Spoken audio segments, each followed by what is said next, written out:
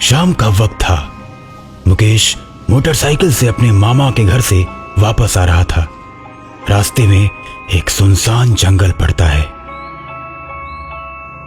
जंगल में आते ही मुकेश को मामा की बात याद आती है कि आते वक्त मामा ने कहा था कि अंधेरा होने से पहले जंगल को पार कर लेना।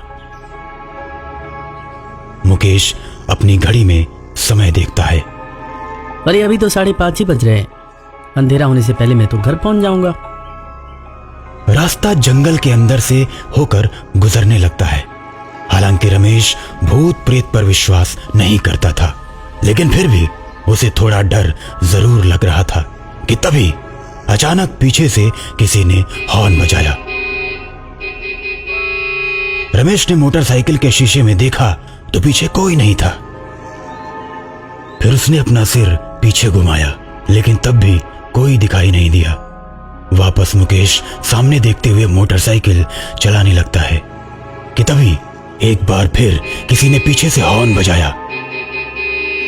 इस बार मुकेश समझ गया कि जरूर कुछ न कुछ गड़बड़ है।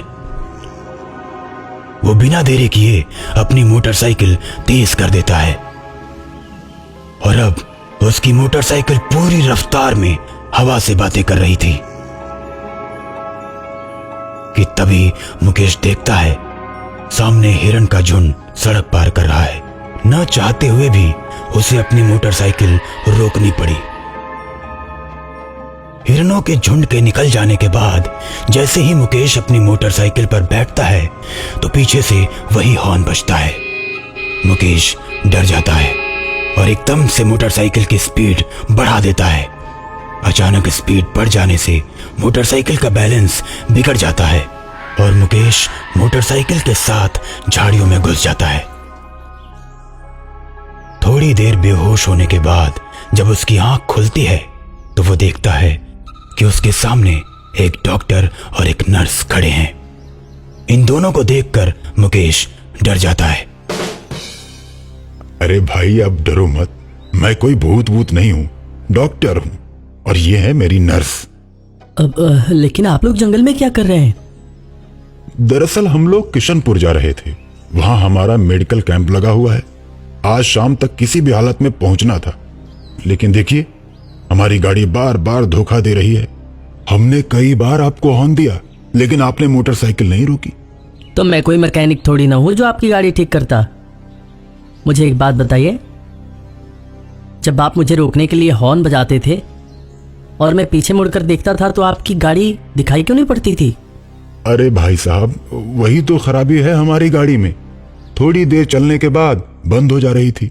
जब चलती थी तो आपके पीछे आकर हॉर्न बजाते थे और हॉर्न बजाते ही गाड़ी बंद हो जाती थी। तो आपको अपने लोगों को फोन करके बुला लेना था। आप मेरे पीछे क्यों भाग रहे थे? देखिए भाई, हम दोनों के फोन की बैटरी डाउन है ना, इसलिए हमने सोचा कि आप रुक जाओगे तो आपके ही फोन से किशनपुर फोन करके दूसरी गाड़ी मंगवा लूंगा, लेकिन आप तो स्पीड बढ़ाए जा रहे थे। कमाल है सर, आप डॉक्टर और आप नर्स, मगर आप दोनों लोगों का फोन किसी काम का नहीं है। देखिए भाई साहब, कृपया मदद करिए हमारी। इतना सुनने के बाद मुकेश को लगता है ये लोग सही बोल रहे हैं, इनको मोबाइल दे देना चाहिए। मोबाइल देने के लिए मुकेश नीचे पड़े अपने बैग को उठाने के लिए झुकता है तो देखता है कि इन दोनों के पैर उल्टे हैं। ये देखकर उसकी तो जैसे जान ही निकल जाती है। उसे समझ आ जाता है कि मामा जी ने क्यों देर से जाने पर मना किया था। डर के मारे मुकेश की हालत खराब हो जाती है। उसके चेहरे पर पसीने छूटने लगते हैं। अपने आप को संभाल कर वो डॉक्टर से बोलता है, सर एक काम कीजिए, आप मेरी मोटरसाइकिल खड़ी करवाइए, वरना सारा तेल गिर जाएगा और मैं घर भी नहीं जा पाऊंगा।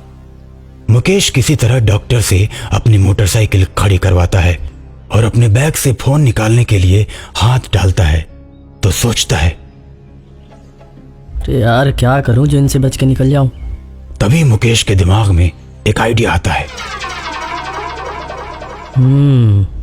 इनको ना दूसरा वाला फोन दे देता हूं, जिसको छोड़कर मैं भाग भी जाऊं तो भी कोई फर्क नहीं पड़ेगा। और मुकेश अपने बैग के दूसरी जेब से छोटा मोबाइल निकालकर भूतिया डॉक्टर को देता है। लीजिए, आप इस मोबाइल से फ़ोन लगाओ सर, जब तक मैं मोटरसाइकिल स्टार्ट करके देखता हूँ कि ख़राब तो नहीं हो गई। इतना कहकर मुकेश मोटरसाइकिल को स्टार्ट करता है। मोटरसाइकिल के स्टार्ट होते ही वो झटके से बैग उठाकर मोटरसाइकिल को तेजी से भगा लेता है। मुकेश को भागता देख डॉक्टर और नर्स अपने असली रूप में आ जाते हैं और मुकेश का पीछा करने लगते हैं। मुकेश मोटरसाइकिल का पूरा एक्सीलेटर घुमा देता है। मोटरसाइकिल फुल स्पीड पकड़ लेती है और दोनों शैतान भी उतनी ही स्पीड में मुकेश का पीछा करने लगते हैं। दोनों बस मुकेश को पकड़ने ही वाले होते हैं कि तभी मुकेश को दूसरी तरफ मोड़ पर हनुमान जी का मंदिर दिखाई देता है। मंदिर देखते ही मुकेश बिना देरी किए मोटरसाइकिल मंदिर की तरफ मोड़ देता है और मुकेश के मंदिर की सीमा में पहुंचते ही पीछे पीछे दोनों शैतान भी पहुंच जाते हैं।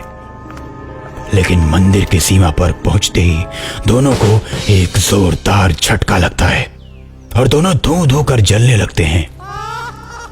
थोड़ी देर में दोनों शैतान जलकर राख हो जाते हैं। मुकेश खुशी से झूम उठता है और जय बजरंगबली कहता हुआ अपने घर के लिए निकल पड़ता है।